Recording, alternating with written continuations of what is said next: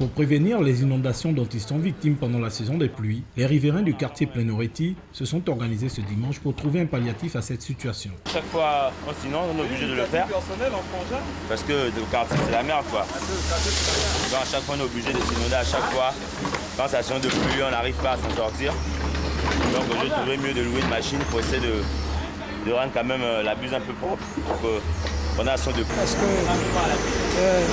tout va de la santé d'abord. Si nous-mêmes on ne se préoccupe pas de notre santé, ce n'est pas d'autres personnes qui viendront s'occuper de notre santé. On est obligé parfois de nous mettre ensemble pour essayer de prendre ce genre d'initiative. Malheureusement, quand on fait appel à des gens du quartier, il n'y en a pas beaucoup qui adhèrent. Donc, les quelques-unes bonnes volontés, on se met ensemble depuis comme un dimanche, comme aujourd'hui. On essaie de faire au mieux possible ce qu'on peut. La Rose et quelques-uns de ses proches ont choisi d'œuvrer en faveur de l'assainissement de leur environnement en y mettant de leur temps et de leur argent. Ouais, 200 000. Je vais payer seul. On essaie de faire quelque chose de bien parce que même s'il n'y a personne, mais le citoyen aussi doit penser d'abord à lui-même aussi. Parce qu'on ne va pas attendre que chaque fois, bon, si déjà tu vois une année, 2 ans, 3 ans, ça fait à 6 ans qu'on souffre comme ça. On ne peut pas attendre à chaque fois. Bon, s'il n'y a pas d'aide, on est obligé nous-mêmes. Bien s'il y a quelqu'un qui a un peu des moyens de le faire pour le bien de la société. En somme, la prise de conscience de ces jeunes devrait servir à tous ceux qui attendent de l'État toutes les solutions et se réveiller enfin pour apporter des solutions directes à leurs préoccupations. En proie à des multiples inondations pendant la saison de pluie, ce site situé entre le carrefour B2 et le rond-point d'Awanje va sans l'ombre d'un doute passer une saison de pluie très bruyante. Pour cause, les édifices érigés à proximité des résidences voisines n'ont pas respecté certaines règles. Pour les riverains, c'est la détresse. J'ai dit comme vous voyez, là ils n'ont pensé qu'à leur côté parce que déjà la preuve quand il y a la rosée, nous on ne dort pas parce qu'on est vraiment dans l'insouciance. Voilà maintenant, le canal est fermé, là-bas on s'occupe que de leur côté. Ils ont mis la barrière pour que l'eau n'arrive pas. Bon, maintenant, nous, ici, on fait comment? C'est vrai, c'est les choses du pays. Je crois que d'ici peu, là, comme les pluies ont débuté, je me dis que comme d'abord, lorsqu'il y a des petites pluies, tout ça, ça s'inonde. Et il y a une zone marécageuse, comme vous l'avez dit, il y a des reptiles et tout. C'est un peu à ce niveau. Je ne sais pas s'il a pris des mesures d'accompagnement lorsqu'ils ont fait le rondé là. Sans aucune communication ni un quelconque échange entre les populations et les responsables des chantiers, les conséquences directes sont déjà prévisibles. Nous, on attend qu'ils arrangent au moins quand même le canal.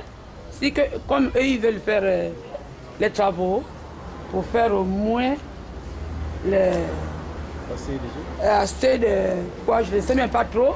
Pour arriver jusqu'à Gasserga là-bas. Tu vois, non? Bon, et c'est ça qui nous aménage au moins le canal. Pour ne pas voir qu'à la saison de pluie, on doit être au moins inondé. Parce qu'on a quand même des voisins qui sont vraiment dans les marécages. C'est ça le problème. La situation reste donc en suspens, mais la saison des pluies qui s'amène prévoit dans ce cas de figure des dégâts chez les riverains. Le président de la République gabonaise, comme à chaque année, a procédé le 4 septembre dernier à la grâce de 200 détenus. Mais seulement, cette liberté reste interprétée de différentes manières par les concitoyens. Au fond, c'est une bonne chose. Mais, comme on dit souvent aussi, il faut savoir donner une deuxième chance aux gens. Mais lorsqu'ils sont déjà mis dehors, est-ce que beaucoup d'entre eux se seront en mesure d'assumer la responsabilité qui leur est déjà soumise? Parce que quand on est déjà emprisonné, quelque part, on est exclu de la société. Bon, maintenant, lorsqu'on revient dans la société, dans la vie active. Le geste du président n'est pas mauvais. Maintenant, cela dépend de ceux-là qui n'ont pas pris le son de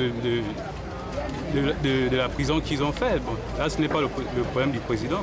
Ouais, le geste est bon. En fait, ce qu'il fait, moi, j'apprécie de faire ça. Une fois la liberté recouvrée, chacun est libre de se comporter à sa guise. Mais pour beaucoup, le comportement répréhensible prédomine. D'où une enquête devrait pour certains être mise en place pour enfin choisir qui doit être libéré ou non.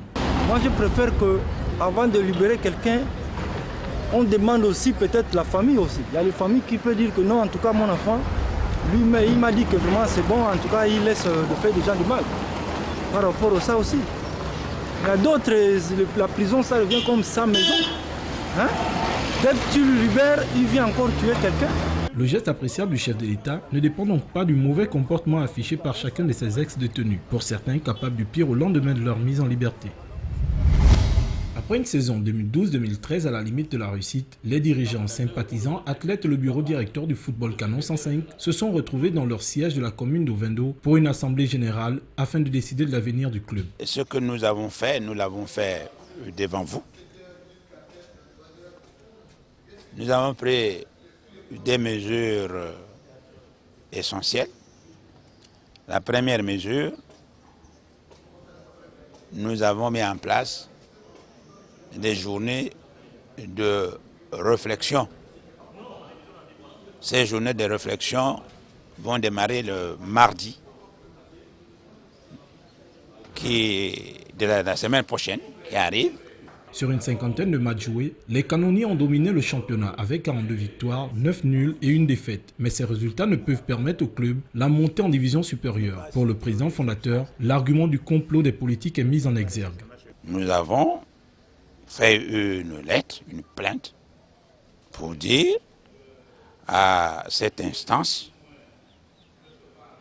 qui se trouve au niveau de la FIFA, des injustices dont le FC 105 est l'objet. Parce que on ne peut pas venir